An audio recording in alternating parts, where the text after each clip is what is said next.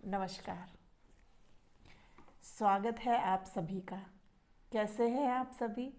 उम्मीद है आप सभी बहुत अच्छे होंगे। आज हमारे साथ सर जुड़े हुए हैं। सर हमें टाइप्स ऑफ रिसर्च के बारे में बताएंगे। आज हम कॉन्सेप्चुअल एंड एम्पेरिकल रिसर्च के बारे में पढ़ेंगे। तो सर प्लीज़ हमें इन रिसर्च के बारे में बताइए। जी देखिए, हमारे जो ये दो टॉपिक मैम आपने बताए, दो टाइप्स बताए सोशल साइंस में रिसर्च के। पहला है कॉन्सेप्चुअल रिसर्च। कॉन्सेप्चुअल रिसर्च को अगर आप हिंदी में देखें तो अवधारणात्मक, अवधारणा कॉन्सेप्ट से संबंधित है।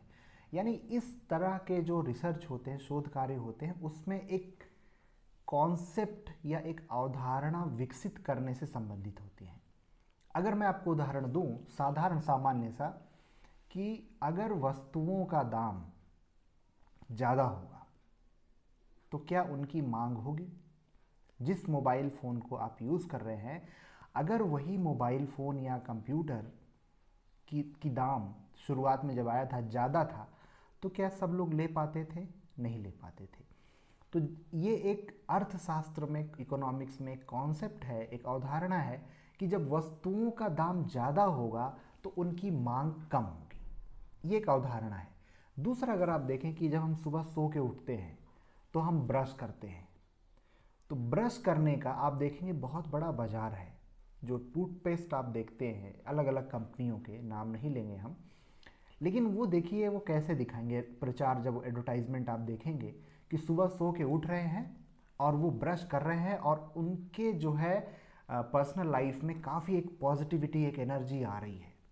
तो ये एक तरह से अवधारणा हम सबके दिमाग में बैठाई गई है, एक कॉन्सेप्ट डेवलप किया गया है बेस्ड ऑन सम एब्स्ट्रैक्ट, कि सुबह ब्रश करना जो है वो महत्वपूर्ण होता है। इसी तरह से अगर हम और सामाजिक क्षेत्रों में जाएं, तो जो हमारे यहाँ एक कॉन्सेप्ट है कि आ, इस जन्म के बाद, है ना, ये फिलॉसफिकल चीज़ें हैं। फिलॉसफिकल रिसर्च में हम देखते हैं कि इस जन्म में हम अच्छे काम करेंगे, अच्छी चीज़ों को करेंगे, तो हमारा दूसरा जन्म जो होगा वो अच्छा होगा। तो एक कॉन्सेप्ट डेवलप करने की बात की गई। अलग अलग एग्जाम्पल्स के द्वारा हम सिर्फ ये कहना चाह रहे हैं कि जब हम किसी कॉन्सेप्ट से रिलेटेड बात करना चाहते हैं, जैसे अगर हम देखें कि माल्थस थ्योरी ऑफ पॉपुलेशन, भूगोल में, जियोग्राफी में एक प्रोफेसर माल्थस जी थे, और वो 150 साल पहले उन्होंने कहा था कि जब जब जनसंख्या बढ़ेगी विश्व में और जो भोजन है, सब्सिस्टेंस है, उसका डिफरेंस इतना ज़्यादा हो जाएगा कि लोग मरने लगेंगे। मैं बहुत सरल सरल भाषा में कह रहा हूँ। कहने का मतलब उन्होंने एक कॉन्सेप्ट दिया, एक अवधारणा दी।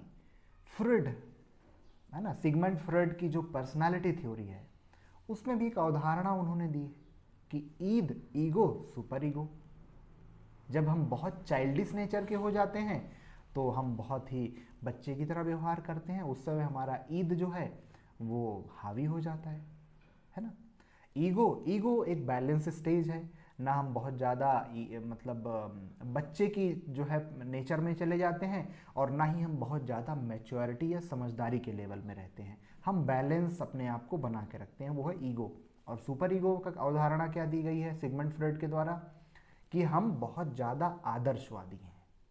आदर्शवादी का मतलब ये हुआ कि हम सोसाइटी में सही क्या है, गलत क्या है, हम ज़्यादा आदर्शवाद पे चलेंगे। हम अपनी बहन बेटियों को जीन्स पहनने नहीं देंगे। भारत में बहुत ज़्यादा आदर्शवाद की बात हो गई।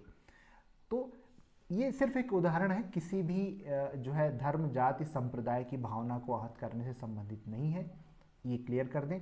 कहने का मतलब ये है कि अलग अलग क्षेत्रों में अलग अलग वैज्ञानिकों के द्वारा, साहित्यकारों के द्वारा, रिसर्चर्स के द्वारा, शोधकर्ता के द्वारा जो एक कॉन्सेप्ट डेवलप किया जाता है बेस्ड ऑन देख के चीज़ों को, समाज में, सोसाइटी में क्या हो रहा है, तो वो आता है कॉन्सेप्चुअल रिसर्च के बारे में। मैंने ये जो एग्जांपल्स लिए वो इस तरह लिए हैं कि आप कॉन्सेप्ट को समझने की कोशिश करें और समझ सकें। तो यहाँ हो गई कॉन्सेप्चुअल रिसर्च के बारे में। अब अगर हम बात करें एम्पिरिकल रिसर्च को, जिसको हम एक्सपेरिमेंटल टाइप ऑफ रिसर्च में भी गणना करते हैं, तो एम्पिरिकल रिसर्च का सिंपल सा बात यह है कि हम जो शोध कर रहे हैं उसमें हम जाके जो आंकड़े इकट्ठा कर रहे हैं, जो जानकारी इकट्ठा कर रहे हैं और उससे कुछ जो हम पता लगाने की कोशिश कर रहे हैं, जो हम गैप है रिसर्च में, शोध में या नॉलेज में, अभी जो एग्जिस्टिंग गैप है उसको भरने की कोशिश कर रहे हैं। और जिसको मैंने जो स्टडी किया मैडम आप भी करेंगी, आप भी जाके उसको वेरीफाई करेंगी, चेक करेंगी, तो आपको भी कहीं ना कहीं उसी तरह का रिजल्ट मिलेगा और आप भी करेंगे तो आपको भी वही मिलेगा। तो एम्पिरिकल रिसर्च बेसिकली क्या होता है, हम जाते हैं समाज की जो समस्या है, जिस भी क्षेत्र से है, जिस भी वर्ग से, संप्रदाय से है, उनकी समस्या को जाके प्रैक्टिकली प्राइमरी डेटाबेस के आधार पर उनसे मिलते हैं, उनसे समझने की कोशिश करते हैं कि आपकी क्या समस्या है, क्या मुद्दे हैं आपकी, आपकी क्या थिंकिंग है, आपका बिहेवियर क्या है, आपकी सोच क्या है किसी एक पर्टिकुलर जो है बिंदु पर, जो हमारे शोध का उद्देश्य होता है। तो एम्पिरिकल रिसर्च के द्वारा हम जो ऑब्जर्वेशन है, जो एक्सपेरिमेंट है, उसको वेरीफाई करने की कोशिश में रहते हैं, उसको हम पता लगाने की कोशिश में रहते हैं और जिसको रीचेक किया जा सकता है दूसरे रिसर्चर्स के द्वारा। जी, बहुत अच्छे से समझाया सर आपने कॉन्सेप्चुअल और एम्पिरिकल रिसर्च के बारे में। आशा है हमारे स्टूडेंट्स को समझ में आया होगा। धन्यवाद।